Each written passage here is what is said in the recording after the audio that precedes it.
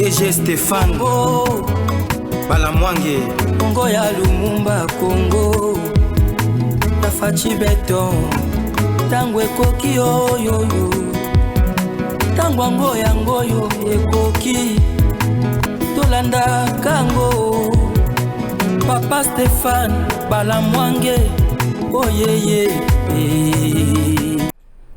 Monsieur Dam, bonjour, Namanzi, Tozan et Sengo Makasi, Yakozala toujours, les bossons Nabino, à tout moment, tu as un Sengo. Pourquoi? Parce que Tozan le Bela Likambo, il y a Congo. Congo et c'est tout l'Ingayango pour Congo Nembo Cannabis. Alors, Congo, va diriger à Kango na Bakonzi. Peto Komitango, Yakopuna, Batunini, ou les Sengeli, va diriger Mbo Cannabis. On a à peu près 26 candidatures au cours constitutionnel Andimi Asuka. Le 20 décembre, Batunio Samarogana Pronom. Tokoponanan, Peponali.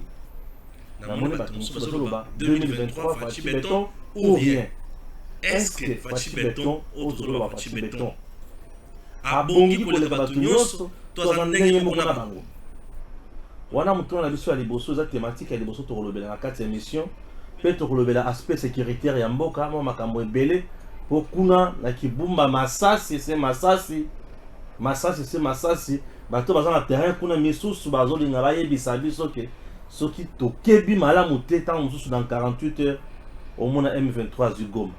Qu'est-ce qui se passe? FARDC azawapi Monisco bato bazobo ya ye est-ce que ye moto fongoli couloir toni toyoki ke Kagame kotisi ba soda ya ndenge na ndenge na mabele ya Congo. FARDC to la muka potango ekoki makamwese belé toko landa na 4 émissions. Un peu spécial aujourd'hui, nazo yambaba tourmi balé na 4 plateau hall. Dans ce deuxième numéro du jour, tozo yamba mwana mboka Joël Kitenge comme d'habitude, il est là. Joël Kitenge et to yambi pe Docteur Maël. Voilà. Docteur Maël est souvent bolanda kaye na ba vidéo à ça na poto mais lelo quand même azana biso na plateau à rendre biso quand même à biso quand même honneur il y a koya na plateau na biso ça nous fait énormément du bien tokoyo kai. J'espère que c'est clair. Merci. Tomandi émission, je commence. Docteur Toyambio, bonjour. Bonjour Stéphane. Docteur Maël tout le baga Docteur Maël. Yé to zo ko Maël ango sur le plateau Palamoko. Non, nazana sengo mingi vraiment koya na plateau na bino. Nalandaka vraiment ba émission na bino surtout ba intervention ya Kitenge. Vraiment soko tali mikolo tout na réseaux sociaux, tala na TikTok. C'est comme si akangi masolo nyonso quoi. Donc kangi yango vraiment donc ça ne peut pas passer donc l'examen 5 minutes sans que on a ba commentaire na. Et puis ce qu'il est en train de dire, moi ce que j'aime beaucoup chez lui c'est quoi?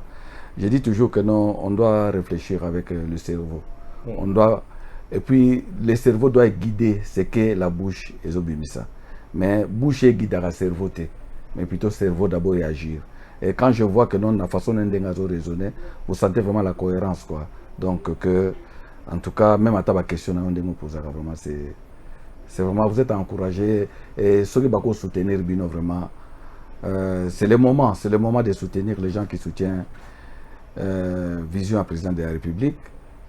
C'est le moment que tozo kota na campagne wana nazo senga ngompe kutu na coordonnateur ya nino ya campagne ya président de la République, c'est-à-dire que maître Jacques Chabani na madame c'est qui encore le nom Akasia, de façon que non batala batonino il faut basangisa pe na kati ya nino ya campagne ya président de la République. C'est pas seulement les politiciens, mais il faut basangisa batonino les leaders d'opinion, ba jeune à quartier, ba leader à quartier, ba mususu ba politique, ba association, donc associé ba on a quatre campagne donc je crois peut-être que non bozo ataka moi paquet mo ndambo oyo ko sunga bino na période de campagne et ça venanga na éviter so ba Hollande mais c'est mon souhait quoi. Merci beaucoup. Voilà. Joël, tous allez là docteur na plateau. Ah non, c'est un honneur hein. Ya ko sala peto sangisa plateau et longona kulutu na biso docteur Maël. On a essayé à biso kuluka luka. Ya ko yeba c'est quand même des figures importantes. Il y a parcours pe ya liti ya IDPS ya Tongo. na tongo bango ba déjà bakulutu na bolenge na bango na bitumba ko bandawa bake na poto, ils ont maintenu la même flamme. Que bon, puisqu'il y a la différence entre les combattants, quand il y a le but de la mutu, bango bakendeki, na poto pe ba cause la aide sociale, na poto pe a boulot na za docteur. Puisque ça poto ba c'est la aide sociale, ce qu'on manque à faire na parler à comme combattant avant des réseaux sociaux kofinga. Pas mukanda et pas kena. Na comment hier avant dans la poto mais te ya sala la poto, ah sala la poto. Ya sala la poto. Il faut pas confondre biloko avec. Ya sala la poto. Ya vanda la poto te. Asala la poto. Ya sala la poto. Zala bato ba vanda kana poto. Mais ye asala kana poto. Zape ba kenda kana poto mais ya sala la poto. C'est différent. C'est différent. Ah! Ya zara boulot na fin du mois penda bulletin de paye. Na poto. Sikoba msusu fin du mois agezo mbongo bana. Aide sociale. Sikoyo tovandi tozo kabola makanisi elongo naye c'est un vieux sage et c'est un honneur vraiment, nous saluons humilité peu possibilité à ça pour te réfléchir tout puisque d'un côté comment on te réfléchir après tout elle m'a écouté que par avant donc il faut le tu vas comprendre mon appel la bengi on a tiomo oyo katia te idée atio matière mais ngande ba umona zoka hivi biloko zo betawana et ou t'es pas cool Stéphane ça sur la tango ya koloba puisque bangona mikolo bazo baka ke Fachi n'a rien fait alors biso tango kokito la kisabato makambo Fachi asali peto la kisabato ki Fachi nde et no bango exact ah pour ton orientation le Stéphane orientation yango donc il faut ton dire quand même exact. Bon nazo na docteur Maël docteur nalandaki Francis Kalombo samedi et dimanche sur Top Congo batuni na mutuna kaka moko est-ce que Fachi mérite un deuxième mandat? Francis Kalombo alobi Fachi ne mérite pas un deuxième mandat, c'est plutôt Katumbi qui mérite un deuxième mandat le mandat plutôt na tuni sko mutuna Fachi a fait 5 ans.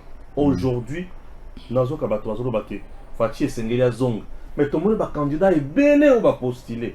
Est-ce que tu peux ça va tenir sur la chance te ba le capé Fachi zonga sima to esengeli ka Fachi ne mutu ale esengeli aleka et de ceux qui Fachi aleki est-ce que bongi vraiment ko diriger sur ce Congo sima komona ma so sali. Merci mingi na mutuna na d'abord na ko linga na nalaki pe émission na ya Francis Kalombo. Ah OK. Je m'étais posé beaucoup de questions et Nalobaï que Francis Kalombo, c'est un gars qui est malin. Donc, Nako Lobate pour naïbité en tout, mais au point de vue malin, Nalobi Gaza malin. Quand il parle, il a l'art aussi de convaincre les gens. Tout dépend de mon en face naï. On va poser ma question. Curieusement, dans les émissions, il n'y a pas de contradicteur. Donc, Moutazo Baye Moko, à ce point de vue naï. Mais quand il dit par exemple que non, Fachi a mérité, je crois que non, il doit se dire aussi que non, Katoumi ne mérite pas. Parce que, oui. Alors que Katoumi non, la Congo n'a pas si. Non. À proposer qu'il Fachi na union sacrée Fachi a coquille en côté. Mais ce qui a proposé qu'il n'a Fachi, au moins l'honnêteté intellectuelle. Le cahier des charges. Voilà, au moins l'honnêteté intellectuelle. Dans la partie politique, ils doivent cultiver ça. C'est-à-dire que notre temps, il y a un cahier de charges pour beaucoup de gouvernement. Ce qui bandimi cahier de charges na minoté. Beaucoup de gouvernement.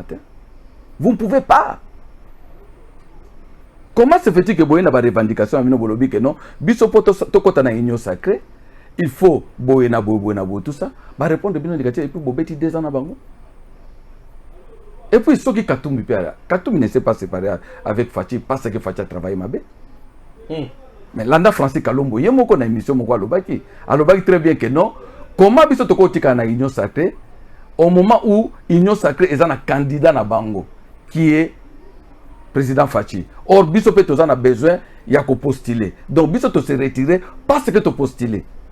Donc quelque part ils se sont pas une balongo était na union sacrée parce que Fachi a travaillé ma bé.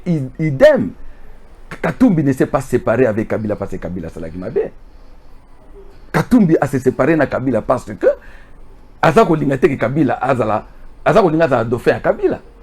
Est-ce que bosi boyo kata jomo boyo katumba déclare lobi nino ke Kabila donc ke ngana kabwana Kabila parce que Kabila ne travaille au travail mabe? Non. Donc ça ce sont des faits. Si Francis Kalomba Zoba ke Fachi azo mérité, il faut y que non, ils ont travaillé avec Fachi pendant 2 ans. Donc na katia bilan à Fachi, il y a Katumbi dedans. Et j'étais surpris tant Francis Kalombo, un juriste, Moutoumou alobi ka tanga constitution na biso. Alobi ka salango même ko étude comparée na constitution en France. Oh là là. À parvenir Koloba que Fachi soki ministre, amoni que ministre moko azo salamabe bonabo tout ça, il fallait longolaye. Soka longoli était donc il est responsable. Mais non. Nous avons posé question au Francis Kalombo Landa. À quoi l'accent article la constitution où ils ont permis au président de la République de révoquer un ministre, même un vice-ministre. Ce article on est allé. Abimisango na rosa diplôme nango na zona faculté médecine na pasoli. Au juré sur le diplôme de la médecine. Oui. Ce bimisinga article mo constitution. Où ils ont payé sa président de la République. Prérogative, il y a qu'on révoquer un ministre. Mais peut-être que c'est les places les années. Mais non, il n'y a pas, il n'y en a pas. Dans la constitution na biso. Au moins, n'a pas un exemple ministre de l'économie. Autant va ça qui mentionne dans le Parlement. Oui, quand on va juste. Pourquoi l'accent ordonnance est révoquée?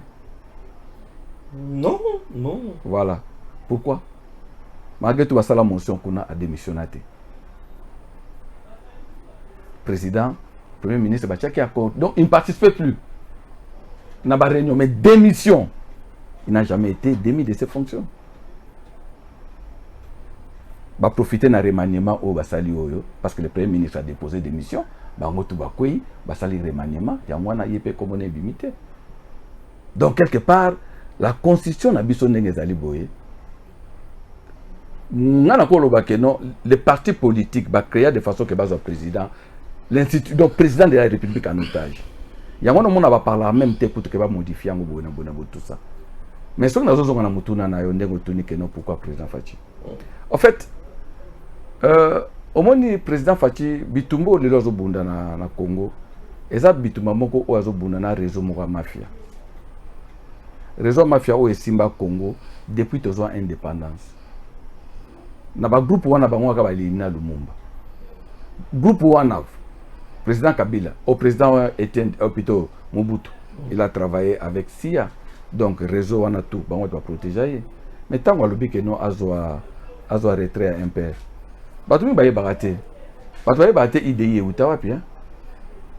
Union des démocrates indépendants obiso to qualifier union des dinosaures impunis.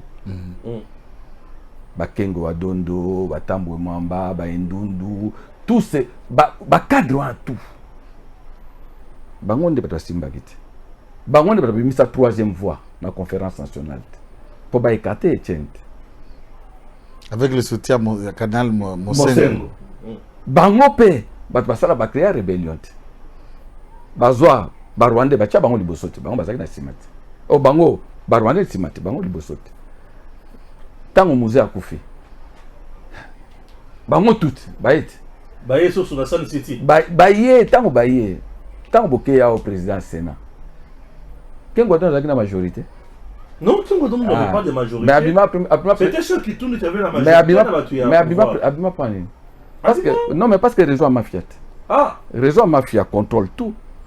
Bah kota ki bango tout, bah pessier. Donc il contrôlait toujours le pouvoir. C'est ainsi que la lutte au Facha zanango lelo. Wana zolo ba congolais tout. Olinga Fachi, olinga été. Mais avant tout d'abord olinga Congo. Et tant que olinga Congo, on comprend que ba candidat au tout ba tcheli boso na yo. Que mingi ba lingi Congo te. Et à ce moment-là, yo siko sa choix na yo avec conscience na yo. Na pesa bateau au pouvoir pour ba récupérer Congo, ya libela. Ou bien na zongi sa pouvoir na Fachi parce que Azana Kati, Fachi n'est pas quelqu'un de système. Fachi a un système. Ils ont voulu qu'on introduise Fachi dans le système avant les élections. Tant que Bazako Bendaye comme premier ministre. Au moins, il y a Amadoua qui est de façon que comme premier ministre. Mais aza moto assistant tout na continuer nano jouer la zone c'est bon tozongela alamba na parce que matière est belé so to lobito loba donc ndenge moi ça to 6 alors Joël Francis Kalombo a parlé Alelu Fachi ne mérite pas un deuxième mandat puisqu'il a échoué sur toute la ligne. Katumbi a un projet où il faut asala nango pour na Congo. Entre temps bato bazolinga nani mwana mboka Fachi a sala sous son deuxième mandat. Est-ce que Fachi mérite encore le deuxième mandat et que Francis Kalombo a tort ou raison? En tout cas, question madame, utiliser mot yondolobi mérité et puis méritocratie, hein? C'est ça la question méritocratie là qu'on analyse. En tout cas, il y a deux facettes que j'ai toujours été compatissant à l'endroit de Francis Kalombo. Quand même, il a bravé la honte et il ne s'est pas regardé qu'à gagner qui n'a vu naïna qui chekula d'abord, ba copé, faper, d'abord je coco, ba salva ba kambo belé à mafia frappe. Kalombo ça frappe. Oh, maman a frappé ya tango. Avant dit. Kalombo est avocat hein. Bon garazana. Il est avocat. Là soki naza na baro, Kalombo ko benga faire avant gâté. Comment ça? Naza précédent na ye. Professeur Kalombo. J'étais avocat pendant que lui il était étudiant. Mais c'est prof. Hein? Non, il n'est pas professeur. Il est qui? Il est enseignant. Il enseigne les droits. Nalobi na yo hein. Moi nananga n'aura pas cette malédiction d'apprendre le droit à quelqu'un qui ne croit pas. Au hasard docteur en médecine, administrer gifle et à cours à droit constitutionnel. Lorsque vous enseignez le droit, puisque et vous ne savez pas que le président de la République ne peut révoquer un membre du gouvernement, puisque la théorie pour que le système et akala Mobutu rassemblé pour pouvoir nous sur ma boko naie, ba créer ba benga kana droit le bicéphalisme exécutif. Donc le président de la République et le premier ministre, le chef du gouvernement, c'est lui qui est responsable devant le Parlement. La personne qui peut suspendre un ministre, c'est le chef du gouvernement. Celui qui reçoit la démission d'un ministre, c'est le chef du gouvernement. Celui qui convoque les conseils de ministres, c'est le président de la République. Batia Bango Bongo. Alors, quand cette leçon, vous ne connaissez pas, vous enseignez quoi aux enfants? Non, c'est ça. Non, et lobby na TV, na lobby te, yenda lobby en na TV, et alors ce genre de leçons, c'est vrai. Moi je dis, il y a quelque chose qu'on a appelé la Ghana pour Anini, puisque Tangozo Sala déjà université, c'est après 50 ans d'Aza Kozwa, le premier diplôme de sa vie. Exact. J'affirme, Nalobi na Francis a du diplôme na droit na ILK Awa, tout le monde sait. A sali test na baro a Kinshasa mi bare et simbite a gepa na biso na Kananga bâtonnier Kamukuni est professeur paix à son âme, l'accepte et il est inscrit au barreau près la cour d'appel à Kassai Central. C'est un avocat. J'ai travaillé avec lui dans l'affaire Eliane à l'époque. Francis Kalombo sait qui est qui t'es. Moi, si je connais qui est Francis Kalombo. Dans le domaine avocat, na mkolo na ye. Là, il doit le noter et c'est comme ça. Non, lui était enseignant. Nandenge Anzoto, yende ya Francis. Ça, je dis dans un polite, c'est lui ya Francis Nandenge Anzoto. Yé mkolo.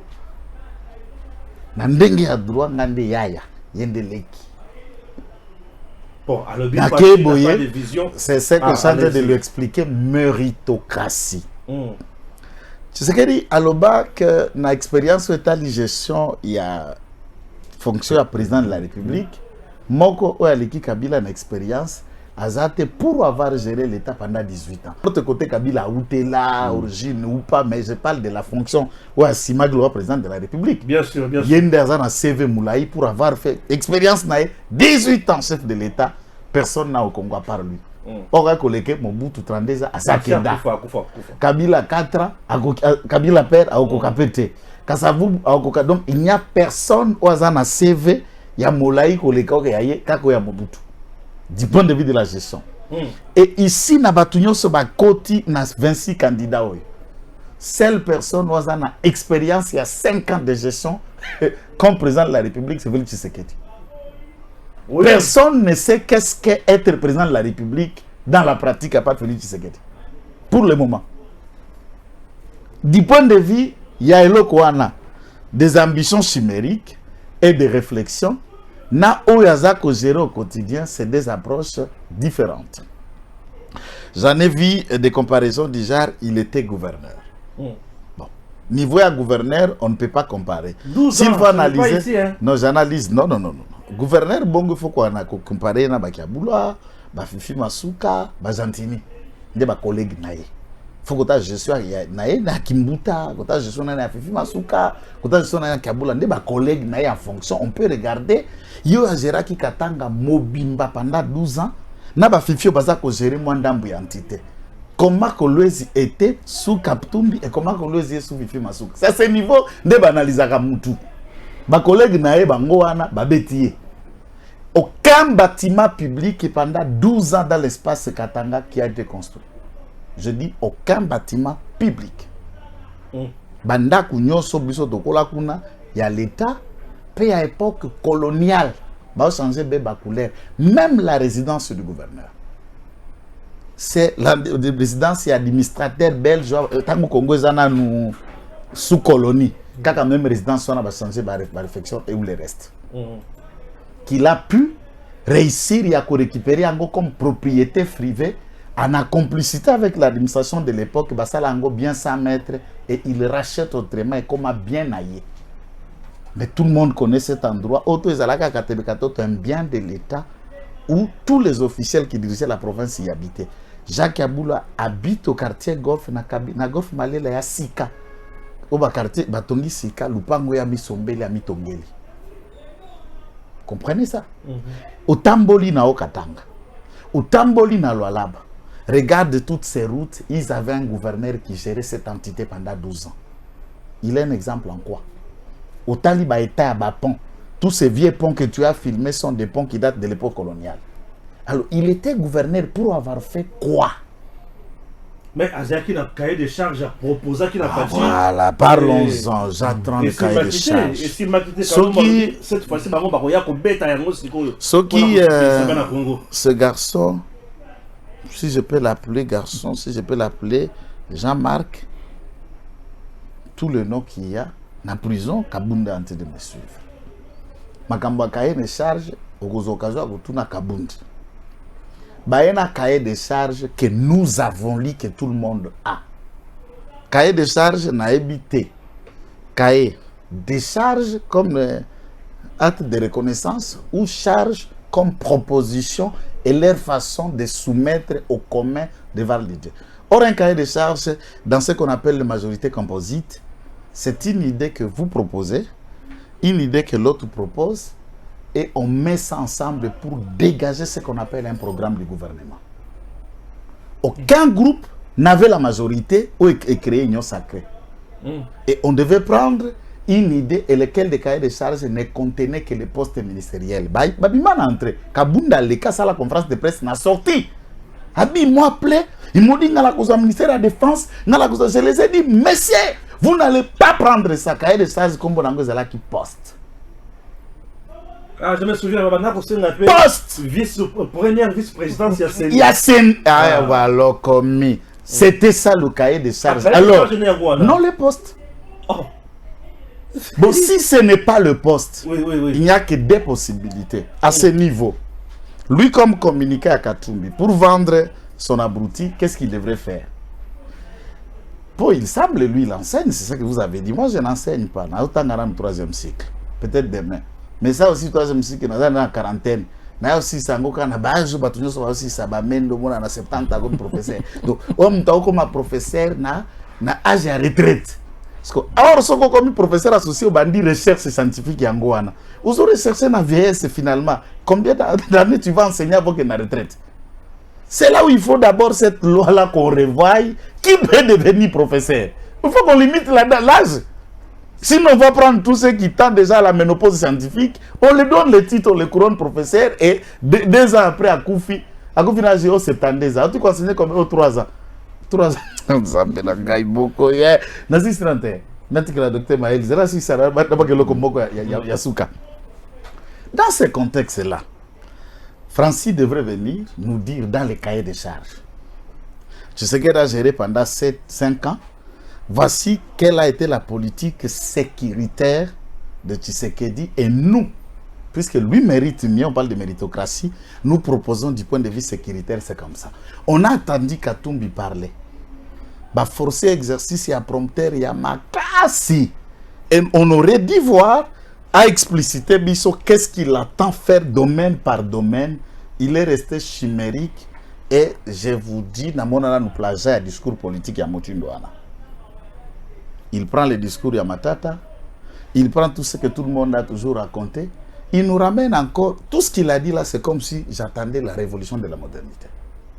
Et la révolution de la modernité, dit Kabila, je ne savais pas, ça va faire quoi? Ça révolutionne ou quoi? Et c'était en réalité quoi? Les 5 chantiers, ça vaut aussi un langage. Révolution de la modernité, c'est chimérique. Moderne. On va moderniser. On a modernisé quoi? Qu'on va maintenant révolutionner ce qui a été modernisé. C'était quoi? L'administration publique, l'armée aux ala qui brassait, n'a mixé, l'état des routes quasi inexistant, la société de chemin de fer qu'on a tué, la Gécamine au bas émietté. Je t'ai parlé de la question des enquêtes des Okimo, qui na Okimo, où on a vendu 90% des périmètres d'exploitation à Okimo, et on laisse 10% à Okimo et 90% à Kibale. Les Canadiens, Australiens et associés à quitter à Kabwelulu, Madame Janine Mabunda et administrateur na Kibale. Nengeto kolobanga na yo awa Kabila actionnaire et tout le monde, on se retrouve, on a émietté tout ce qui faisait l'argent de la République démocratique du Congo. Toutes les sociétés minières, place aux ala qui m'a belé à co-exploiter, se retrouvent 80-90% a été privatisé et c'était ça l'objectif. Il y a Copirep, dirigé par Mabunda, dirigé par... Alors, Sokolobi, je suis à 12 ans. Il faut noter que Katumbi était le gouverneur de M. Kabila. Il faut mettre dans l'actif de Francis Kalombo et de Soriano Nissim toute la gestion de Kabila de 18 ans. A commis gouverneur en 2007, il quitte plus tard qu'en 2015 vers 2016. Ça, c'est après les élections en 2006. Entre-temps, il était déjà gouverneur dans le gouvernement 1+4, non? Bah, nommé, sans élit, on ne parle pas du mandat à nommer. Alors, dans ce contexte, j'ai l'impression que malheur à Congo, il y a moi mon aîné, c'est d'avoir une grande partie à la politicien, soit la moitié, qui apprennent qu'après avoir commencé à assumer une responsabilité. Donc Francis Kalombo deviendra étudiant après avoir été député. Alors, même mandature n'a pas qui député sans diplôme. Il donnait quoi aux Congolais? Quel niveau de réflexion? Puisqu'il s'inscrit à l'ILK, il est déjà député, il est en 2006 à Funa. Alors, à ce niveau... Il est trop brillant, hein? Il maîtrise ce qu'il fait et puis voilà. Bon, je ne dis pas brillant. Et à tout ça, n'oubliez pas que... Boketo sait parler, hein? Sans papier. Non, mais ne me dis pas... Boketo a émis Koloba, sans papier. Blaise élément. Oui, Blaise élément. Sankara le Kouta. A émis Koloba, et il le parle. Kindingo a émis Koloba. Vous êtes Kindingo. Ah, ok. A Koloba, et vous verrez ici, il y a des gens qui vous parlent à merveille, c'est un talent. Le talent et les qualités scientifiques et à l'autre côté. Il a le talent du verbiage puisqu'il y a un clan Wenge. Puisque nous on connaissait Francis Kalombo par JB. Quand on va Francis, c'est Kalanga Lobela JB. C'est ça le débit. On transforme maintenant ce talent oratoire à une idée politique. Plus tard, il trouve que suffisance de là qui dans le cerveau, il s'est formé, nous lui félicitons, même à taille, dans 60 ans, dans son diplôme, on le félicite. Azo soutenu Pelé qui a agi dans le roi Kabila. Azale da mkola Kabila, musique n'est pas bon. Azo soutenu Pelé qui n'est Kabila, ça ne nous fait rien. Donc, Tshisekedi, Azali le jour et la nuit, Nakatumbi. Et les Congolais savent cela. les raisons où Sengeli to pesa les sous Tshisekedi pour mériter un à redynamiser l'administration publique. To sali 5 ans na place Golgotha où ekenda sango barote mael ba mikolo na biso ya musika na place Golgotha okutaka cercueil okutaka kaliko batu ba marchaka na fonction publique to beti 5 ans okuti batu na nzete wana ya côté administration de fonction publique. Qu'est-ce qui a changé? Pourquoi il a apuré tous les arriérés? Il y a Batoumala qui n'a pas 100 mois en paiement. N'a pas d'administration publique. À Longoli Yango. À Longoli, soda capitaine n'a 125 000 francs par mois. Au soda, soi-disant, au soda, au Tarwanda, Tika Yango. Soda, il y a capitaine, il y a 400 quelques mille francs. Kamata 125 000 francs. Au Djongzango, il y a 16 ans, Kabila Kendaka. Au Kamata 460 000 francs, au Tiango na à 250 le lotangouye, Tata Félix Azako diriger Ekolo. Vous trouvez qu'on peut comparer ça? Donc Francis Kalombo, je pense que dans ces moments, proposer aux Congolais ce que vous voulez faire. En écoutant, il s'attaque à l'individu Tshisekedi. Il s'attaque à la personne, mais non pas à ses idées et ce qu'il a essayé de mettre en place. Merci, merci. Docteur? Non, pas que ça, quelque chose. Donc pourquoi Fachi? En fait, pourquoi Fachi au fait, quand on peut... D'abord, je vois très mal que quand on va comparer Fachi et Katumbi. On va comparer bilan. Ah non, bilan. Mais quand on doit parler de bilan de Fachi, mais il faut que Katumbi peut côté de Nakati. Katumbi fait partie des bilans Fachi. Ayant travaillé avec Fachi pendant 2 ans. Donc, il est comptable. Nos politiciens doivent apprendre culture ya coalition. Mboka na biso ezali mboka moko o eza régime moko semi-présidentiel. On va créer de façon que non, il n'y a aucun parti qui est majoritaire. Bazo ba que Fachi n'a rien fait. Que Bazo n'a pas remplacé Fachi. Ok. Il y a une question que j'aimerais poser à la politicien tout candidat au président de la République. Nani ako ma président de la République au travail na bato baza na majorité na bao baza na union sacrée. Non, impossible, impossible. Fachi même travaille avec bato baza. Donc cela veut dire quoi? Muto to ko ma président lelo. Bazo Francis Kalomba za na petit ba union secrète. Et na yokaki comme yana lobi ki il est malin. Aloba ki nini? Que Fachi ayeba ke non bato o azo travailler na bango lobby bako travailler pe na bato mususu. Cela veut dire quoi? C'est ça que moi je qualifie comme escroquerie politique. Donc, bozo kota o saïsa ya lobaki. A lobby nini ke loko ezo boma Congo, ezali système ya calendrier. C'est-à-dire que non, dès que bozo banda, bo bandi 2019, bato bakomi au kanisa 2023. Donc, bozo kota na mutu avec l'objectif que non, to casser l'action naie, de façon que azalate na maloba ya koloba. Biso toko postier toko baki asali. Mais vous avez gouverné avec lui. Vous avez travaillé ensemble avec lui. Donc vous ne voulez pas être le candidat président de la République. Vous voulez toujours être là comme accompagnateur. Mais vous l'ingate que non. Bilan, vous partagez bilan. Vous devez partager bilan. Et puis à l'obinini que non. Comparaison que non. Il n'y a pas de mauvaise troupe. Il y a les mauvais chefs. Mais chef en gros. Troupe naïe. Il faut être troupe homogène. Quand on parle de troupes, troupes sont homogènes. Mais troupes, il y a une coalition. Est-ce que ça troupe homogène? Bah nommer un ministre. Ministre, au lieu de remercier le président de la République, il a remercié le président parti. Donc, il a respecté le président parti. Donc, pour lui, il est devenu ministre pour le président parti. Donc, il est là dans le gouvernement. Le président a une ambition à cause de la lobby président. Qu'est-ce qu'il va faire dans le domaine? Yangwana na sepela même ata na fayu lutango alobaki anini ke non iye magé 3 ans ba candidat député a précipité déjà idée auto lobaka depuis Tongo que régime présidentiel. Ce qu'il a dit, c'est au fait c'est oyo ezali na subconscience ya ba congolais belé soko tamboli obimi awa otuni batu au moins même likamoto lobi que non le président a un pouvoir de révoquer le premier ministre batu mi ba okamongwa baba ke memuto qu'est-ce qu'il nous raconte?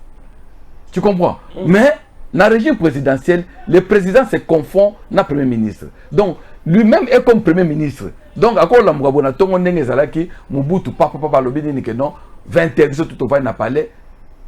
Et ils étaient sur proposition du premier ministre. Non, moi, président de la République, bou, abandi qu'on nomme ministre naï. Parce que son premier ministre, Azali Lokola, un conseiller principal naïe. Mais dans le régime semi-présidentiel, l'autre tombé, et ça régime moko. Oyo, bango moko na préambule la constitution. Qu'est-ce qu'ils ont dit? Tolingi te un président fort. Tolingi que l'institution est à la forte.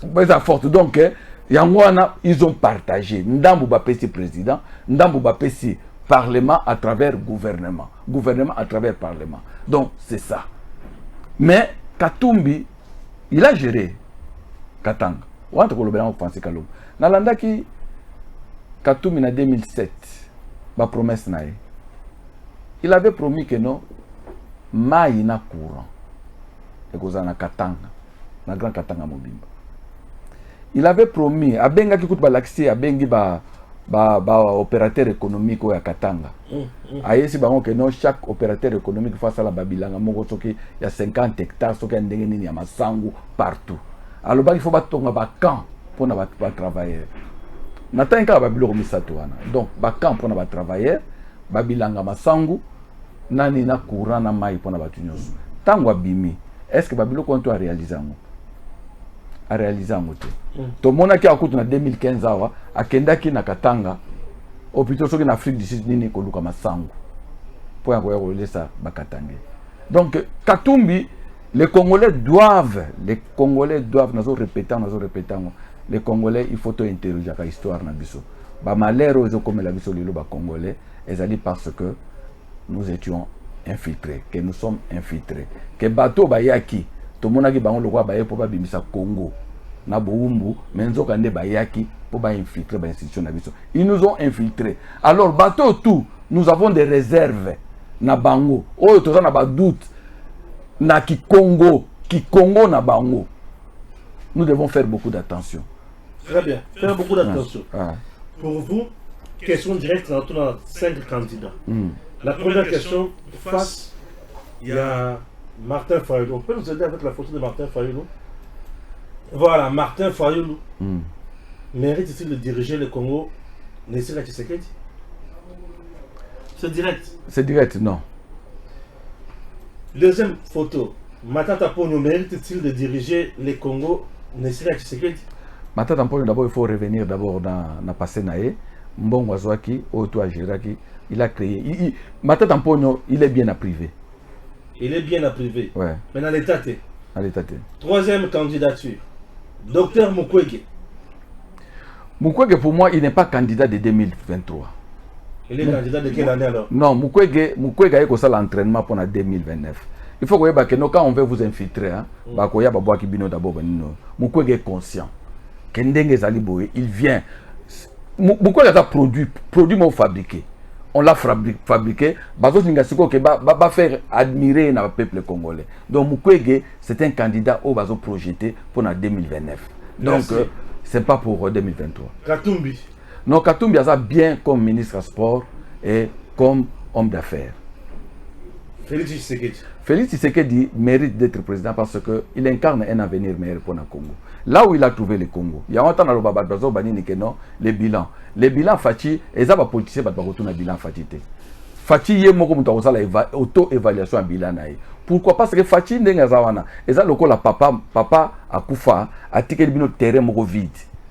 A tiré le terrain vide. Pendant 18 ans, il y a un terrain vide. Il y a un tonga, ata qui coupe mon côté. Si on Fati aïe, aïe au coup de terrain en vide. A tongi comme un ndako moko ya 15 mètres carrés. Si on batuana oba okipaki ndak banda kuana. Boba okipaki terrain à papa. Bazoa si ko bazo tuna Fati que non, pesa biso bilan. Oui. Donc mais Fati si quoi répondre bango nini? Nesika wana. Pesa biso bilan, il y a oui, pesa biso bilan il y a 5 ans au Sali. Mais dans 5 ans, on a tongi il y a 1 mètre, il y a 15 mètres carrés. Bino pendant 18 ans, attaque s'ils avaient construit le pays, s'ils avaient laissé même des traces de la construction du pays, là ils peuvent demander à Fati. Ils n'ont rien construit. Merci. Quand on m'a dit, on solo à maman et moi. Maman et moi, ils sont au service à Mindele. Donc, Fati a été un peu quand on a pété boy. Mais la maman pendant 50 ans, c'est ça? Mais bon, na yebité, je ne peux pas m'hazarder na eloko na zo maîtriser. Oui. Nazwa o Francis Kalombo a lobby. Hein? Que hôpital wana ba mindele bazwi yango pour 50 ans. Hein? Batongi yango pour 50 ans. Après 50 ans bazongi yango ba Congolais. Mais ceux qui batongi yango pour 50 ans et que nous les Congolais bazo soigner biso lokola ba mindele, donc au fait l'hôpital est général. Basali association basali marché na batuana que au bout de 50 ans bazongi c'est la biso yango et que tozo gérer yango co-gestion na bango. Ma bezate na mona yango pe na ba bloc belé na ibité, il y a un terme là partenariat privé public donc, oui, c'est différent na o ba Francis Kalombo basala na hôpital ya 51. C'est différent.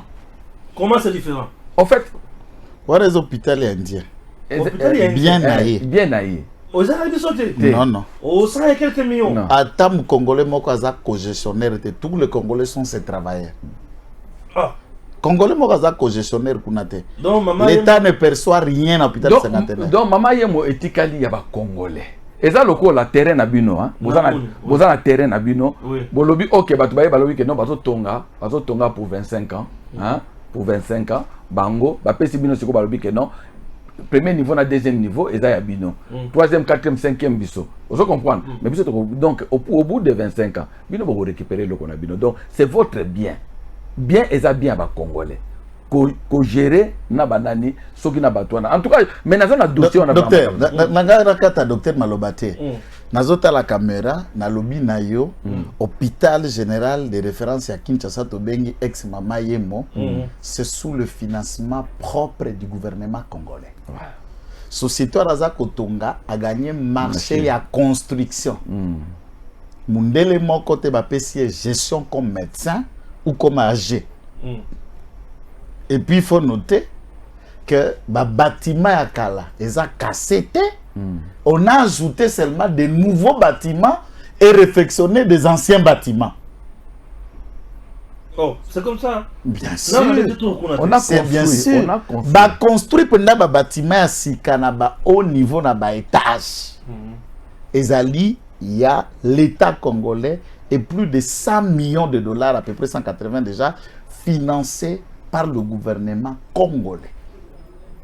Très bien. C'est une première. L'hôpital sino-congolaise était financé dans le cadre, il y a un contrat lyonnais, un contrat sinois. Nous créons l'hôpital en Angile, mais notons que ce n'était pas un espace vide, il y avait un hôpital en Angile place. Dans l'état d'Ango, ils allaient là. Et pendant cette période, où Francis Kalombo Katumbi ont géré l'État pendant 18 ans, je voudrais bien savoir combien d'hôpitaux ont été construits pendant 18 ans et le 12 ans de Katumbi, combien d'hôpitaux ont été construits dans l'espace Katanga. Puisque vous et moi, nous sillonnons le Congo chaque jour, Toko Banda de Kalemi, Toké na Kabongo, Tokiti na Kamina, Toé Lubumbashi, Toké na Kolosi, Toké na Kassaji, Toké na Dilolo. Il n'y a aucun bâtiment de l'État, Yassika, pendant 18 ans par des bâtiments laissés par des Belges, que Mobutu a construit. Et Fachi a réflexionné, non, Fachi, non, je ne parle pas de réflexion. Vous et moi avons vu Fachi réflexionner un bâtiment dans l'hôpital et à Sendwe. Section Sendwe. Oui. Réflexionner et ajouter d'autres nouveaux bâtiments. C'est ce que je suis en train de vous donner l'élément. Dans le projet 145 territoires, ce sont des bâtiments pimpins neufs. On n'a pas, dans ce projet 145 territoires, il n'y a pas de réflexion. Dans quelle cité, dans quel territoire? Il y a zéro, matiti, babandi, bâtiment à sika. Donc si je comprends bien, les 145 territoires, c'est quelque chose de spécial pour l'amour. Les projets 145 territoires, excepté les 3 territoires en conflit, où on peut ajouter aussi les territoires à Kwamuntu, il n'y a que Massissi, Rutshuru, Nirangongo et Kwamuntu qui ne sont pas encore directement touchés par les projets de 145. 142 territoires. Fachi a construit des bâtiments. Il y a des écoles. Je peux donner les cas, aspects. Il y a Sandoa, c'est à peu près... Sandoa, c'est à peu près 22. 22 écoles. 5 centres de santé. 5 centres de santé. Clinique moderne. Un collège moderne, dont spécial à Fati. Bâtiment, il y a territoire, il y a administratif, il y a territoire, un terrain de football, rien qu'un territoire. Et de 22 écoles là, pas réflexionné. Pas réflexionné, Bayena Zamba, Batungi école à Sika, matériaux durables. Et les riverains vous disent, depuis Belge, tout le monde a quelques bâtiments, Tchombe Moïse à Tonga. À part Tchombe, Moutouami Balé à Tongi depuis Congo, yeah. C'est fâché, oui. Alors, dites-vous, qui a déjà fait ça? Donc, il mérite lorsque l'équipe n'a maman yemo, vous regardez ces bâtiments, lesquels de Congolais salé. T'as le centre financier à Kinshasa, en face, il y a le ministère des Affaires étrangères. Et ça, combien d'immeubles? 8 immeubles. Il y a plus de 25 niveaux. Depuis le départ, il y a Mobutu, Ototika, Sozakom. Il n'y a jamais eu d'autres bâtiments à Moulaïwana de l'État. Bah privé, bah tongi, bah hôtel. De l'État que sous Félix Tshisekedi. Même à tes alliés partenariat privé-public. Ça se fait partout au monde. Mais je vais vous dire, le pays le plus endetté au monde, c'est les États-Unis. Oui, je sais. Or, il y a une économie à l'icolo. Et on dit chinois, les Chinois financent des actions et des projets aux États-Unis. Dans les partenariats d'État. Hollandais, hôtel Moko, Olive, Lemela, Kabela, Bato, Mikolo, hypnose. Na Lubumbashi. Hypnose. Mais il y a moins international. En fait, donc, ils sont bien la privée. Il y a ça, la plage. La plage. On va changer un mot combo Mikolo, j'ai appris à changer comme même à Kuna Matata, Bari Léo. Nous se changer comme. Pourquoi tu vas changer à combo? On dirait qu'il va pas Kokim Maté, n'importe côté, docteur Maël Zali, sauf que aux candidats président de la République, au foot à importer pas côté, aux civiques. Aux autres, comme ta société, aux autres, côté Kangona, île Maurice, pour que vente ça les maana, au foot à ta moyen franc na île Maurice, mais pour qu'un franc n'a pas recours à l'État, la fiscalité est cotatée. Un candidat Daniel. Ziggy. Ziggy empêche l'État de percevoir Mpako. Bon. Dites-moi, quel modèle vous êtes pour diriger l'État? Tous ces gens que vous avez cités, Martin Fayoulou, inconscience des salles qui m'ont salé confiance. Puisque nous, les Congolais, jusqu'à preuve le contraire, nous avons confiance avec lui comme député, puisque c'est tout comme ça que le Congolais l'envoie toujours au Parlement, puisqu'il mérite d'être député. Confiance au biso to pesa ga yangala. Parce que tant qu'on peut luka koleka biloko eleki ne to ba kisi. Pour l'inconscience, on ne peut pas choisir. Mukwege yemoko, Mukwege pe moibia. C'est quand même sa phrase. Mukwege la retirer, je vous donne moibi na ye. Parce que les gens ne veulent pas pour azokola na est kaka biso batutota kuna ne to kwebisa bino aibanini. Na les maires oyo kaka sango place accord ya les maires et salema na non loin de Uvira pas ya mwami ya bafuliru le roi ya bafuliru ko ba bitakwira place abandaka il y avait un hôpital de l'état de les maires qu'on appelait 8e CEPAC. C'est là où celui-ci était médecin de l'état, médecin directeur de cet hôpital public. Campagne pour que ba aider les maires à que ça la tourner dans la porte pour que ça la ba lever des fonds. Lever des fonds vient pour l'hôpital de l'État. C'est un médecin de l'État. Il a quitté à être médecin de l'État à peine il y a moins de 10 ans. Azim Bomona Biloko wana, nyoso yaki l'hôpital de l'Émera a créé fondation privée qu'on appelle fondation à Panzi. L'hôpital de Panzi qui a un bien propre à lui. Au détriment de l'hôpital de l'État dont il a rêvé les fonds pour Nayango. Vous appelez ça comment? Il y a ça docteur Abi Domaine One. Oui. On a créé fondation wana à Vivaka na baviol. Tant qu'on peut aviol le Sili na état de siège. Ah parce qu'il est na politique puis ça ko tout la té. Yé nengeza boye ezanda bana kota chômage ya cop na ya ko réparer. Ce qu'on t'a la bien ko peut réparer. Tika na basculer avant le temps avant que ça soit tard. Mbala moko créer clinique na ma campagne. Place baviol la té. Do sentir que ko peut foirer. Notre y a un migrant politique venant Et puis, Eloko Makassi, il n'arrive pas à expliquer aux Congolais, Azaka 40 ans et pas Nabusso. C'est vrai, diplôme né en médecine, assistant à l'université à Bujumbura. Ok. Mais on savait que Bata Bujumbura, na Rwanda, Bandu a à l'université à Congo. So, mon Congolais qui est à Bujumbura, c'est pas la Bango. Et Mouzé, dans une vidéo que je vais vous projeter, le lot à côté en côté pour école Kamoulaï. Mouzé lobby na Barwande Bazobulande en côté. Il cite nommément Alexis Tambemamba, un autre diplômé de droit à l'université à Bujumbura. Abina mona bizi makra wamba dia wamba. Mouzé face à la dole Baoseka. Abi Tambemamba foué. J'ai dit à l'armée rwandaise de rentrer les Rwandais. Mais vous les Congolais restez. Et j'étais étonné que Tambemamba c'était Rwandais. C'est Mouzé Kabila qui l'a dit. C'est bon, c'est bon. Donc, kotama na kati na mutindo wana bakandida mususu wana moi tanga na répondre ezate ebina tunona lusukombo ma ebi kandida moko mone Rajab Rajab il va plus tout ça. Vous imaginez ebi ata été mais na l'élection 2018 abimaka 4e Rajab abimaka 4e avanda kana Ituri Rajab un commerçant avanda na Tanzanie. Non, on doit le connaître.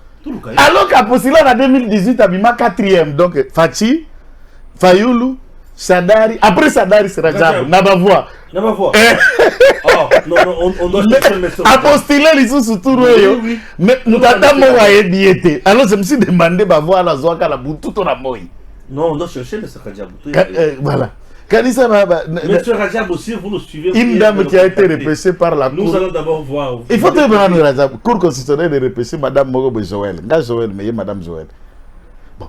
Finalement, quand on a vu ces noms, mais c'est Enoch. Na habité, na venu na vangu kutubaokamo. Et pas Enoch a postulé. Abina Majoël a postulé. Donc, Nambo Bali, à Okam. Bon, c'est bon, c'est bon. C'est que Batou Moussou sont analysés, puisqu'ils sont l'ombre à Bango Moko. En tout cas, tous on associé pas, il y a docteur. Docteur, jusqu'à présent, faut-il aller à l'équipe Bango, j'espère que ma caméra le va pas sur les allants notés, tant qu'il n'a pas Moussou. J'ai l'impression que ma réalisation, faut-il l'équipe moins est belle. Non, même à ta réalisation, ils ont belle, même à ta néni, tout ça. Mais les Congolais doivent savoir une chose, tout tu vois.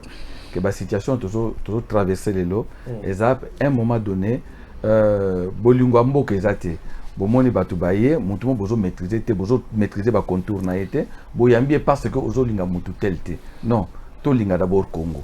Quand on va aimer le Congo on comprendre que non ngai congolais est-ce que Katumbi azo rassurenga en quoi les lots yo toujours ba problème les lots par exemple naloba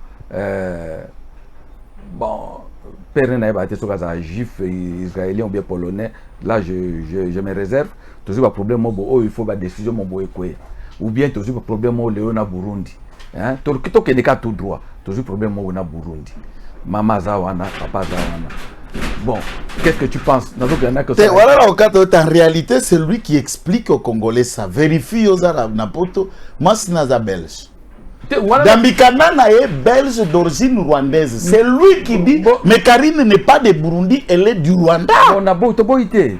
Elle a la même. Alors qu'on est quoi les États, Karine n'est pas de Burundi, elle est rwandaise. Elle est la même rwandaise, elle est la même burundaise. Nous avons des problèmes avec des pays où ils sont frontaliers. Vous comprendre, hein? Nous avons des problèmes. Et nous devons éviter parfois tout ce pays n'a pas une situation moko oyo mutumo kozalawana azali un pied dedans, un pied dehors. Ça risque la histoire hein histoire il y a président il y a Fuji je crois il y a celui qu'on avait arrêté qui Akimi premier ministre aye koloba que non il n'est pas le président Mboka je crois il y a un pays là nazi. Ce sont des histoires que oyo congolais avec expérience autozanango avec infiltration autozanango autozilona armée tout comme ça nous devons éviter les lots to pesa pays na biso na mutu mo bateau tout ça ba on citer au moins par exemple. On peut nous citer par exemple là, mais moi si il y a Fayoulou Azali Camerounais. Ok, on n'a jamais eu de problème avec Bango. Par exemple, Moussika Nabiso, vous comprenez hein? Mais nous, et ça le coup la moto, nyoka suit. Tout ça allergique. Donc, quelle que soit la situation, je vois très mal, je vois très mal. Bon, on a même la composante on a été Katumbi ne mérite pas. Na ebi même côté soit comme président akobakolo bana monokoni na français, na anglais, na swahili, na chiluba, na comprendre té. Il maîtrise aucune langue. Il maîtrise rien donc il n'a pas mais ngana kosenga na bosembe. Na kosenga na bosembe, s'il te plaît bosembe. Na landa ki na chaîne moko o lobaki nini ke non et que ça difficile que l'ex ba candidat bona boutste. Tout le monde en France awa, ba élection présidentielle, ba candidat bazaki ebele. Bachaki bango tout na plateau moko. Boluka tozana besika ebele. Boche ba candidat tout 24. Attention beaucoup préparer ba question, bo pesa ba question. Ba côté ata deux fois 12 12. Non, bacha bango tout. En France on a vu ba candidat tout, bache bango. Bazaki soki 8, soki nini bache bango tout. Bo poser ba question. Soit soko to lingi o sepesa biso. Ah, lokola ozo ba candidat farwan. Banda d'abord na muku na no Katumbi na nanyo. Na fachi basa mpa kufalo kwa ro Katumbi na fachi nzambe na débat et pousser biso to choisir mutute débat est à la petite débat contradictoire aya raté bo débat contradictoire. J'avais suivi l'autre fois Muto nani Olivier Kamitatu. Ouais. On lui avait posé la question tant on makambo ya nino ya système ya santé ya fachi à l'hôpital bango na makambo santé ba et simbité bobo na bo tout ça qui est question moko na luso kwenu a posé question à que non mais au pesa ngai programme na bino au point de vue ya santé za ndeni au biso na nous te préparer à monter. Tu vois na niveau ni bazo comme ça Congo. Donc vous n'avez rien sur la table mais vous critiquez au ils à la table. C'est ça la politique congolaise. Aux en a rien na mutu. Vous critiquez au ils ali. Tu n'as même pas une proposition. Voilà. Ah oui, chers compatriotes, nazwaki chance ya kotambola natamboli naleki na route elengesa nayokaka kaka sango nayokaka bato akobeta masolo en tout cas mokolo koleka na route elengesa okende kobima kote ya triangle ya kote ya monga fula kuna tu vas dire merci Fachi. Oui, kaka wana kisasa. Oui, na route elengesa. So ça c'est le mba na komi wana. Bisika tomona ka libengi ya makasi wana. Natali ba mapango ya batu ndenge si eliamaki. Natali ndenge mapango wana za sauver. Pe na comprendre que Fachi a réalisé quelque chose. Ya lobiko. Tozo mata na mutu kato kiti penza. To mati na ngomba. Na yoki penza ke mutu kezo mata ngomba. Bongo leur ezalaki sans makadamu wana ezalaki na ndenge nini nzela ngutu ezalaka te nzela ezalaki ndenge nini les maisons étaient là banda kozala likolo wana bato bavandi wana n'y avait plus l'avenir bato bazalaki lisusu te avenir ezalaki lisusu te Nathalie alobi non Félix Tshisekedi Tshilombo Fachi asungi population bongo balabala mbele kikwiti tobima foire na deuxième porte aux yeux Mumbele. Je ne pouvais pas croire un jour que Bakou ça dans la place wana. Le lot pour ça Yakova dans la Kikwiti. Kikwiti c'est la route qui sépare Mumbele Nangaba. Oyo le qui se retrouve dans Makala. Non. Vous sentez que Moutou a la vision pour Namboka nae.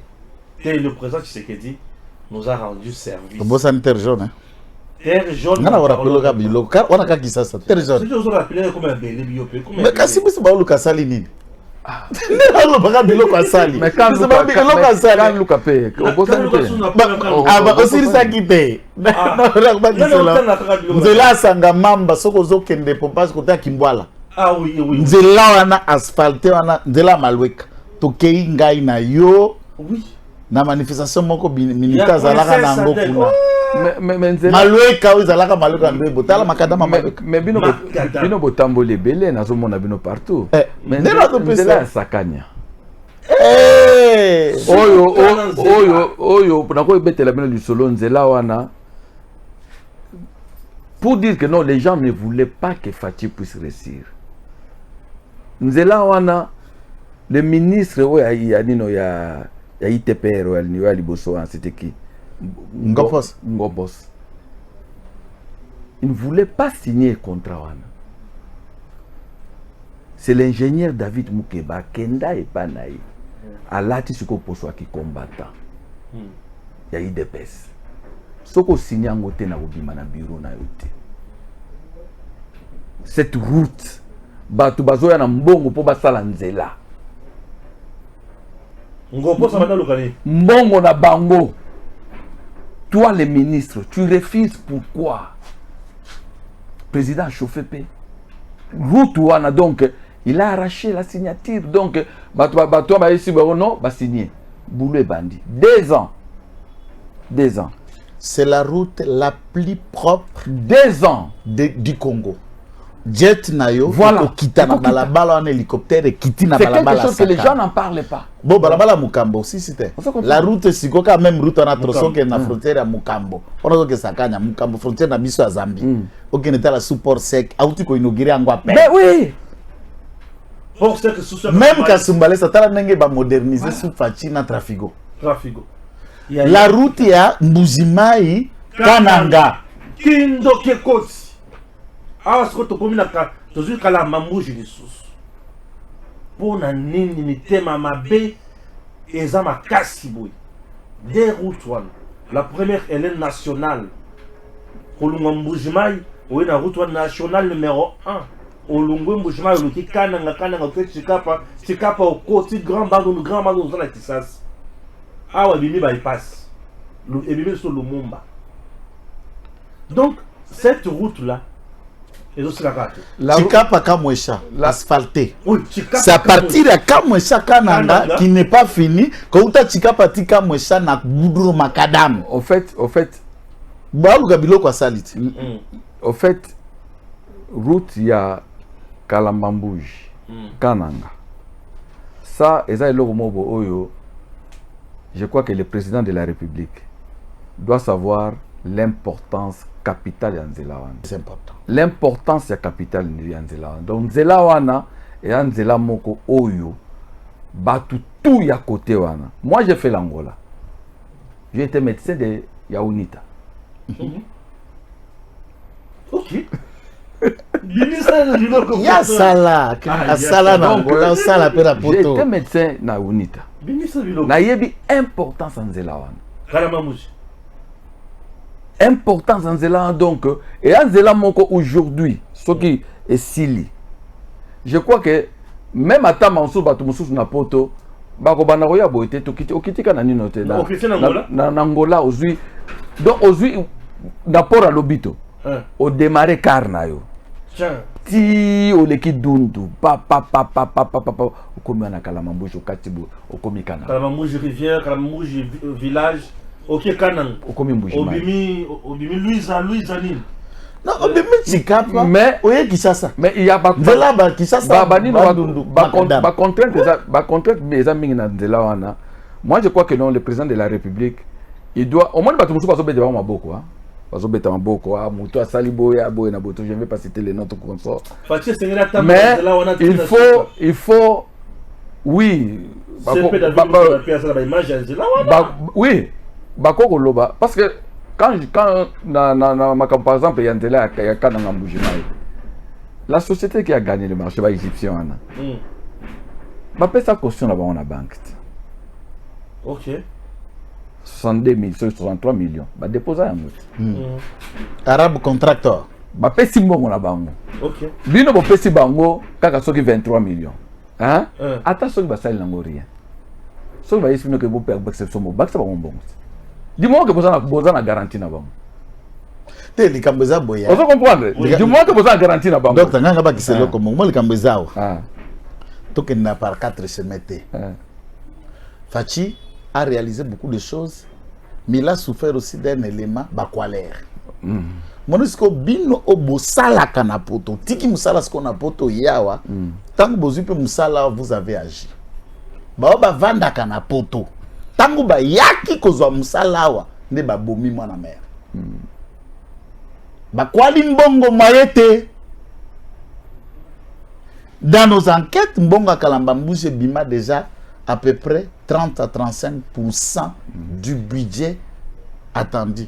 Tout tambola nande ko Stéphane. Moi mbali moko lwa Rabi alongola pao zelu ye moko bayebi faci akoyande bakie 2 fois 4 tracteurs batelemisi bona bato na babubu pona kolakisa ke misala ngo ezosalema. Donc ce que j'ai toujours dit bandeko na ngai ya Kasai soki yango nde kindoki en tout cas ya bango eleki makasi ya bino kindoki ekomi ya makasi soko tali balabala oyo nzela akana ngambujimai bopesa boye faci ordonne salami bopesa boye salami na mbujimai makadame ezalaka na ville miba ekoma sikoyo cité nyonso babalabala nyonso minene asphalté na lumière publique tokenga na ye akuti bazora coller babenda lisu singa ya courant pour renforcer mbujimai avant même basi s'achite katende na centrale ya tuba tubiji puisque ça na 14 mégas bazo sous 4 mégas et demi et akobakisa na centrale ya Chala pour que NRK nenga za ko fournir courant bakisa malisusu na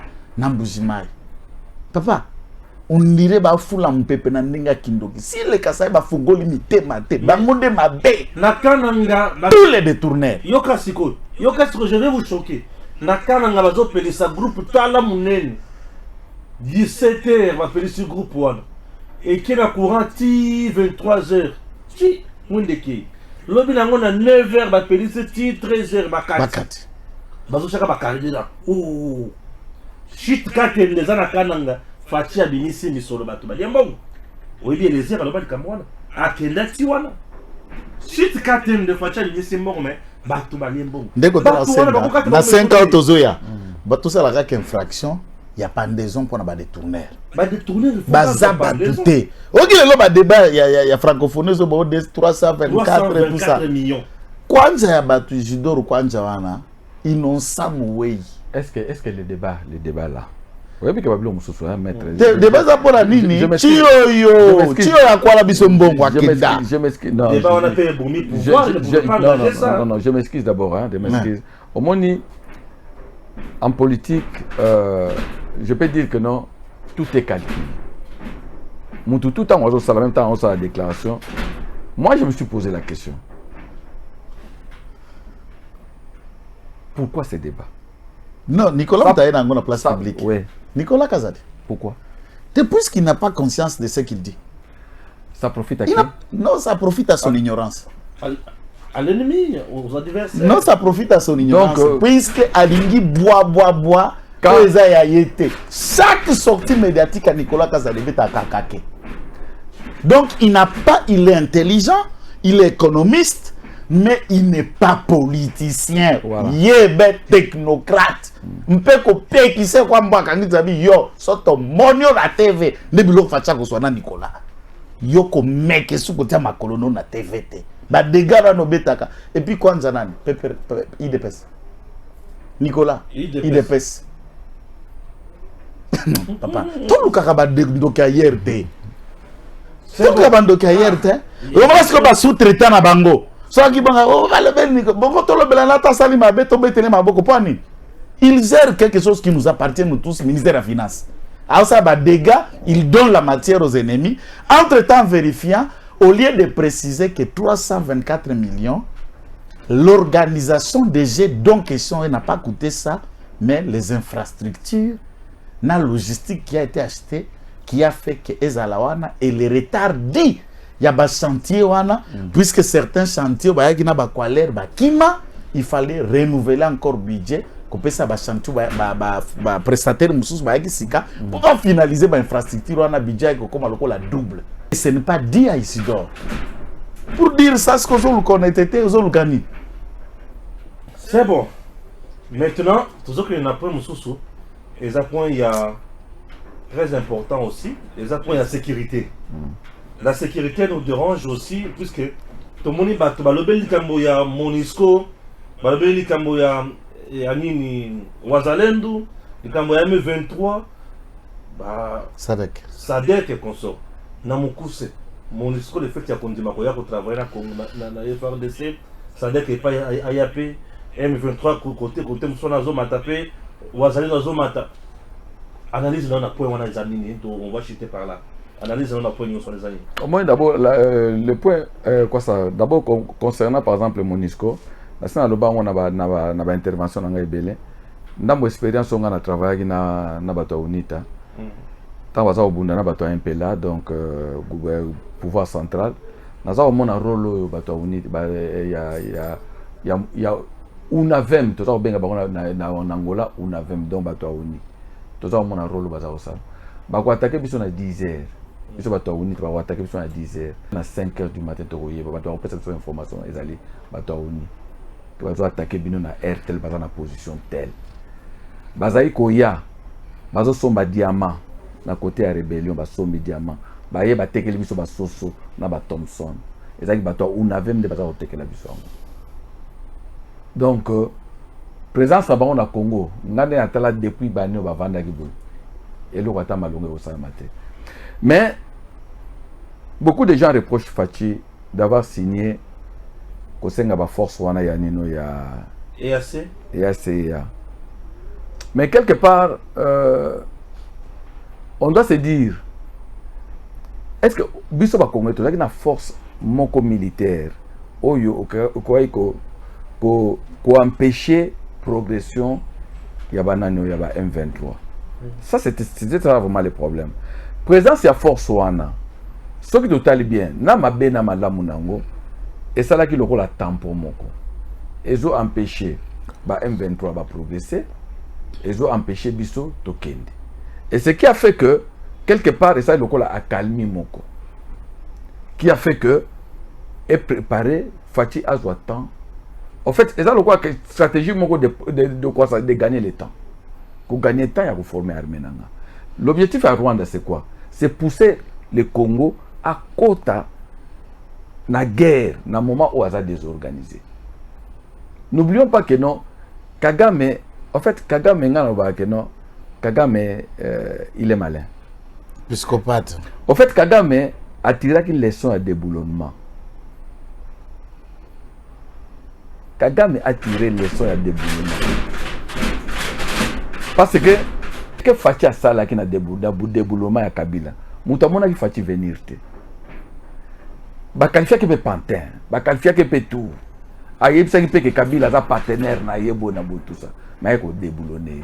Quand il a fait ça, Kagame a vendu pète. Quand ça arrive, le malheur arrive chez les voisins. Et vous comme il a ma pète. Ce qui est-ce que politico ka Fachi a yenango vis-à-vis nanga. Ya ko amadouenga, ya ko signer ba contrat nanga. Ezalité que non azo se préparer que non a préparer armée na pour un jour à quoi attaquer nga. Tikanga na anticiper, Tikana a réactivé M23 de façon que non a permettre à s'organiser, de façon que n'a tiré vers la guerre, de façon que n'a avancé à occuper le territoire na union. Donc moi je crois que non, là il y a on peut reprocher ba faiblesse mususu na ba négociation ana comme naza ba contour na ngote, mais aujourd'hui j'ai appris que non force ya SADC les alliés prêts pour ya ko aider biso. Moi je crois que non, c'est la meilleure des choses à faire parce que tout ça on a armée mon côté bien organisée. Notre armée au Fachi a formé ce qui batinda ki bango leon na terrain engeza apeka que non tala zuika bana batu boy kaka au bout de 10 années atindi bango. Il faut pas la guérir de façon que baboka bango na champ de guerre. Là on aura une armée qui sera une armée homogène. Là toko le bape que non, il n'y aura pas une mauvaise troupe, il y aura un mauvais chef. Pourquoi? Parce que toko za na corps d'armée. Le Congo, depuis Mobutu Kenda, tout le monde a un corps d'armée. Tout le monde a un sangisa. Tout le monde a une armée de coalition. Quand on a un gouvernement de coalition, on a une armée de coalition. Donc nous devons maintenant avoir une armée homogène, surtout qu'il y a un plan, il y a une constitution, tout comme un régime présidentiel, où le président seul sera le responsable devant le peuple. Très bien. Tata, tout ça, même question. Bon, pour la sécurité, je crois qu'il a donné lecture qui est au exemple place où on a dit que Naïma Moket, Monusco pour Angaï, et Bazar à Bango Batoaloisa, Bazar de l'autre côté pendant plus de 23 ans maintenant. Et le gouvernement avait trouvé déjà une discussion avancée dans le Conseil de sécurité de manière à ce que fin décembre, le départ déjà à Monusco est bandit. Et pas Nabiso, même si aujourd'hui, Monusco a créé une coalition militaire on a dit Springbok pour protéger la cité de Sake et la ville de Goma. Je dis ben c'est la poudre aux yeux. Je me demande les virements à Monusco qui disait tout à l'heure que Mandouki M23 et qui a Bango Makasi. Alors, si c'est une hypocrisie pour offrir aux Rwandais la ville de Goma, en tout cas, Tokokomata décembre été, Tokosala na chasse à l'homme, il y a blague été. Quand je dis to, là c'est population, là c'est Mouzalendo. Mais là, comme il EAC, le gouvernement, par le biais de Pembemba, nous ont dit que le 8 décembre, ils ont fait un mandat à Bango et ils ne comptent pas renouveler na Bango. Nous voulons bien que le SADC se déploie par le fait que les pays au bazar abisso na EAC sont des voisins. Par contre, Batu Oyo, Tozo Kolobana Bango, Likambo O Etali, pays à SADC, Malawi, Afrique du Sud, Tozana Bango au loin, Baba voisin, excepté la Tanzanie qui s'est montrée aussi disposée à contribuer, n'est-ce pas? Na ba troupe au bakoti na Bango et pas na biso. Ba wana nde baza ba voisin na biso na côté ya nani ya province ya Tanganyika. Par contre, la guerre, la manière dont c'est en train d'être fait, moi je reste dans ma soif de dire au président de la République qu'il a bien fait un réaménagement technique dans Katia FRDC. Il y a de ceux qui ont été promis en grade Ndenge Bazala qui promis, mais il y a encore un petit problème dans Katia FRDC. Comme ça relève d'une question défense, Nakoki ko développé en Awate, c'est de voir que depuis ce matin par exemple, les FRDC est en guerre à Kibumba. D'un côté, les autres montagnes continuent à occuper Mozalendo. Les FARDC de Mozalendo cramponnent dans ces positions et Bazako administre des lourdes pertes et pas à Munguna. Mais ce n'est pas le cas dans le Massissi. Dans le Massissi, c'est le Wazalendo qui combat contre les terroristes rwandais. Ma question, quelle est la stratégie dirigée à l'opération générale Chirimois, Mozak gouverneur militaire ou l'état-major de laisser tout un territoire comme le Massissi, seul le résistant en train de combattre et les FARDC n'est pas dans le champ. Mais les FARDC s'est battu à Kichanga. Après la chute de Kichanga, on a vu qu'une cité de 9 km, par exemple, hier dimanche, les terroristes ont repris. Ils ont repris 4 villages aux alentours de Kichanga.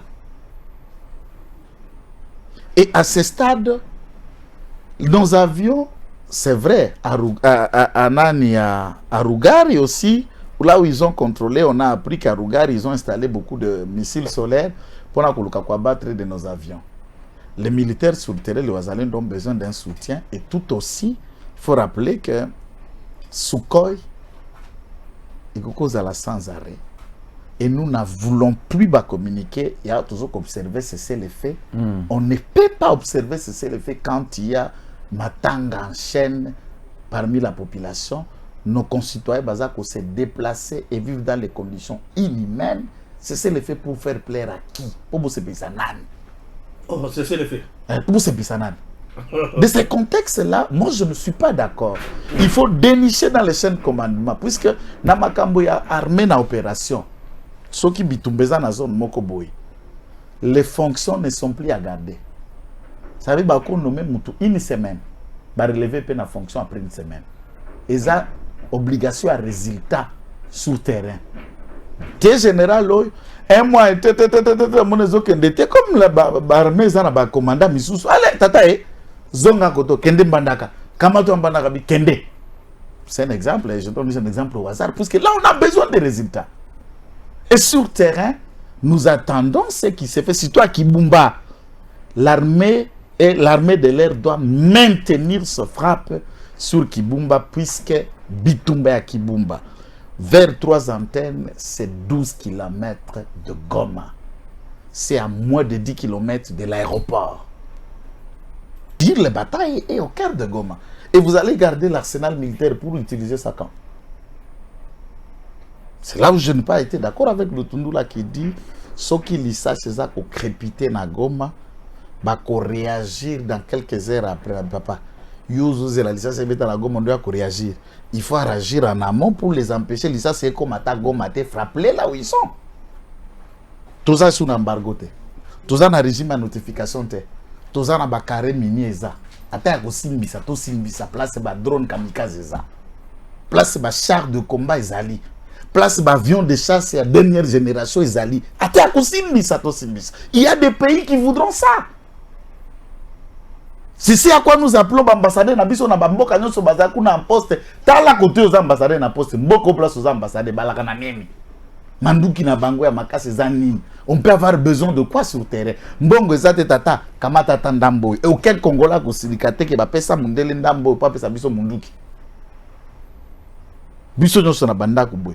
Si vous avez un problème face aux enfants, surtout à Zamunganga, vous avez un cas de maladie au hôpital, vous n'avez pas la liquidité. Tout ça va TVT. Bah, congélateur, puisque vous cherchez la vie de vos enfants. Maintenant, foyer à Tshisekedi, c'est le Congo. Qui est en fait dans quel territoire? Territoire Mogozan en moto. Maintenant, vous pouvez utiliser de tous vos moyens. La volonté est là. Si nous disons que tu as négocié, ça veut dire que nous avons choisi l'option militaire. Alors mettons tous nos moyens. Et je dis aux Azalendou, courage les gars. Frappez-les. On est ensemble. Parce que leur objectif, c'est de voir que les élections sont matées. C'est de créer chaos.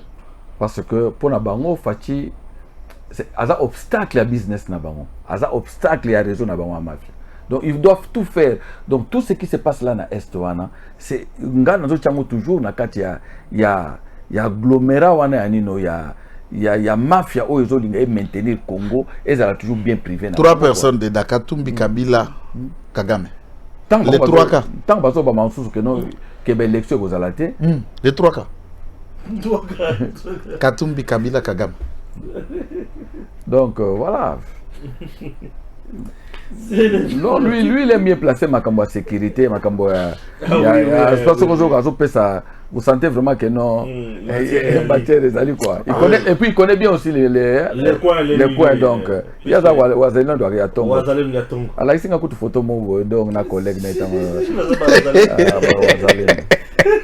il faut ouais, ce sont des c'est ça blanc là que ça que non les gars pas que non voilà oui c'est ça qu'il parle pas dans les vides, il parle vraiment donc ngala tongo docteur na kati to komi ko na chaque tongo so na la muki na bandaka appel na ngali boso à partir à 5h na bando bengana na bengi Uvira na bengi Ruchuru na bengi Kanyamahoro na bengi Kanyarushinya. J'ai déjà appelé là tout de suite.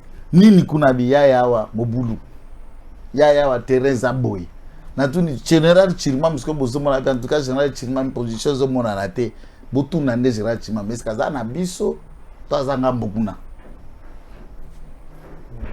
général Chirima naza gouverneur militaire. C'est pas possible. Bon, d'abord c'est comme la souka pour la lelo, il y a une émission na biso, une très longue émission sur Tango Koki RDC, ça a été pour nous un plaisir. Il y a Koyamba Docteur Maël na plateau na biso. Ça fallait quand même plateau il y a tout Misatu. On s'est battu puisque il y a encore moyen technique limité pour tout ça. Il y a Moutou ya Makasi, mais nos techniciens se sont quand même battus pour tout comme on a pour résultat au Topesi. Topesi, merci beaucoup. D'abord, Docteur Maël, tu sais qu'il y a il y a coupé ça le peuple. Non mais moi ce que je vais demander tout simplement aux gens que non, tu interroges l'histoire en biso. À tout moment, pourquoi nous sommes arrivés comme ça, qu'est-ce qu'il nous faut?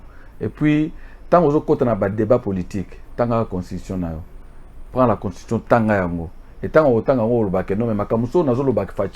est-ce que les ou bien tant que nous avons la constitution, on a dit que non, révolution à casse au Congo et que non, la constitution et la constitution ne permettre jamais. Je persiste et je signe. Et la constitution ne permettre jamais de développement au Congo. Donc, il y a un que non, tu interroger l'histoire, tu éviter que dans le moment d'élection, flatter, vous allez ébélé, mais choix na biso est choix moko oyo et koko comme ma Congo na biso lobby n'angela et choix yango ezanani ezali fachi parce qu'il incarne un avenir meilleur pour le Congo. Merci beaucoup. Tokomi na suka ya émission na biso Nzambe apambola bino pe asunga mingi président ya mboka na biso Félix Antoine Tshisekedi Tshilombo tokozala obeka kawana pona kolobela mayema kolekana na Congo. À très bientôt. DG Stéphane Balamwange Congo ya Lumumba Congo Tafachi Beton Tangwe koki yo Tangwango yango yo ekoki Tolanda kango Papa Stéphane Balamwange oh yeah